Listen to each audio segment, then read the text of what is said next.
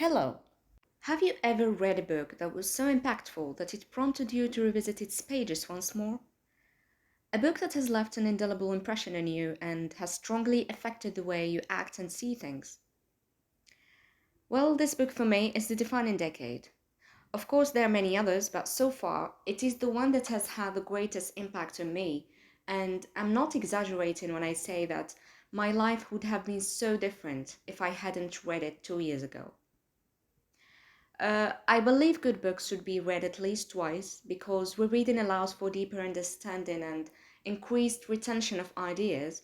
And as time passes, new perspectives and experiences shape our interpretation. So, with each reread, we discover new insights and absorb more of the message. That's why, in this episode, we're revisiting this amazing work for a more profound understanding and closer examination.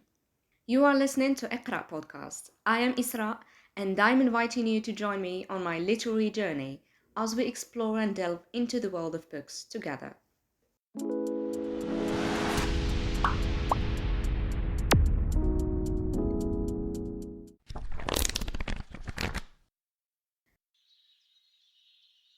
The Defining Decade. Why Your Twenties Matter and How to Make the Most of Them Now. Written by clinical psychologist and associate professor of human development at the University of Virginia, Dr. Meg Jay, and published in 2012. The book is a combination of patient stories and data collected from psychology and sociology research devoted to the second critical period of growth and development in our lives. Although the book is primarily targeted at 20-somethings, it is also relevant to teenagers, parents, educators, and even 30-somethings who may feel like they've missed out on their defining decade. The writing style is highly engaging, clear, and accessible, and the book is organized into chapters, each one focusing on a different aspect of life, including identity, work, and relationships. In each chapter, the author tries to correct false notions that most people have about the 20s and provide solutions to the most common problems and issues among young adults. These are the best years of your life. Enjoy them. This is the biggest lie a 20-something can ever be told. This idea makes individuals trivialize the most crucial stage in their lives and leads to the belief that all they should be doing is having fun, prioritizing entertainment, and spending time doing whatever they feel like, hanging out with friends all the time, traveling, and spending hours on social media watching videos and sharing memes. This is a really dangerous and potentially damaging way to approach such an important decade.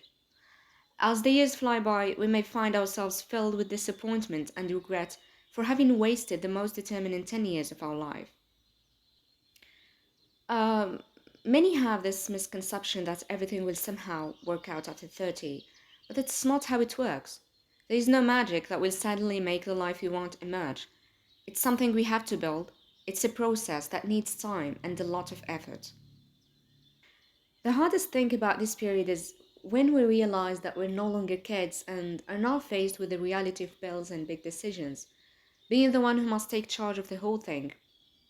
It's like being asked to drive a vehicle without a license. So, the defining decade offers guidance on how to adjust your steering wheel to reach the desired destination. And just like any long road, a good map, essential supplies, and good company are necessary. At first, the idea of taking charge can be daunting and frustrating, until we accept that this actually what adulting is about. Personally, I have come to crave hardships, challenges, and failures after I realized that these difficulties I'm facing are a natural part of life, and now I find joy in overcoming them. So instead of shying away from challenges, I now prepare myself for them, knowing that each obstacle I overcome will make me better equipped to handle future challenges. Also, envisioning the person I want to become in 5 or 10 years helps to motivate me. And I remind myself that life will not end here and that one day I will have responsibilities, such as raising a family, that will require me to be strong and resilient. The 20s are a time of both great opportunity and uncertainty.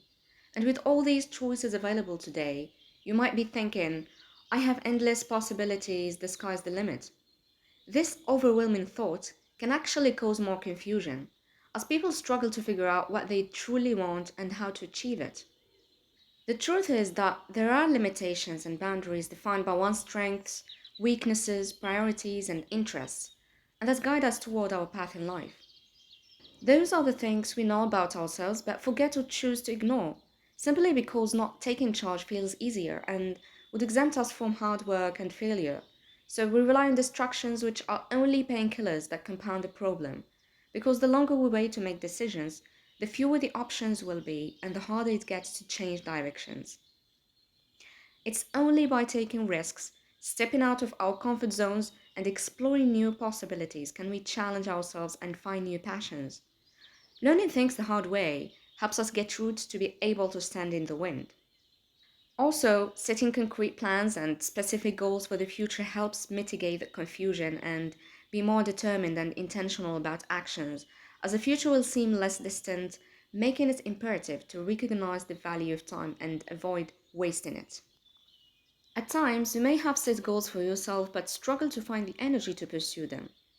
Many people in this situation are tempted to rely on motivation, but the truth is that motivation is not always enough. The real key to success is discipline. When you develop discipline, you learn to focus on what needs to be done, no matter your mood or the circumstances you face. And although life has its ups and downs, it's important to avoid wasting time on distractions that provide only temporary relief. Another reason why many 20 somethings feel helpless and unhappy with their lives is comparing their own experiences to those carefully crafted and filtered posts and images they see on Facebook and Instagram. It is crucial to keep in mind that such platforms are not an accurate source of information because they only showcase the positive aspects and an idealized, curated version of people's lives. People do not share the struggles, failures, and setbacks they face in reality, but only the successes and happy moments, creating a false sense of perfection. So, using social media as a benchmark of how life should be is very unrealistic and unbalanced and will only make you feel frustrated and inadequate. One of the ideas that the author emphasizes is the strength of weak ties or the significant role people we hardly know play in our personal and professional growth. Expanding our network of acquaintances and seeking new connections can open doors to great opportunities and new information that we may not have access to within our immediate social circles. This is because our families and close friends are likely to have similar experiences and knowledge to our own, so they may be limited in what they can offer in terms of resources. In other words, developing weak ties with people outside our inner circle can help us improve our communication skills and broaden our perspective on life. Another interesting point Dr. Jay discusses in her book is that during the inevitable process of an identity crisis, young adults should focus on earning identity capital, which refers to the accumulation of personal and professional assets over time, including education, work experiences, skills, and relationships. Although many believe that the 20s are a period meant for living through identity crises, which can actually be an opportunity for self discovery and building a strong foundation for the future, prolonged identity crises can harm 20 somethings in the long term and cause more confusion. As we get older, more responsibilities pile up and time becomes scarcer, so it's important to equip ourselves with tools and resources now, because this age represents a time of great flexibility and potential for growth.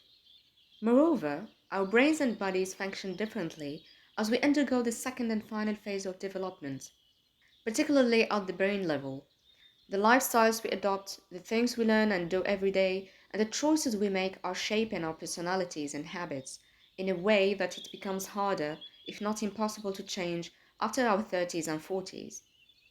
Therefore, it's essential to be mindful of our choices and invest only in things that are in harmony with who we are, being very picky about our jobs, the people we surround ourselves with, and the environments we expose ourselves to.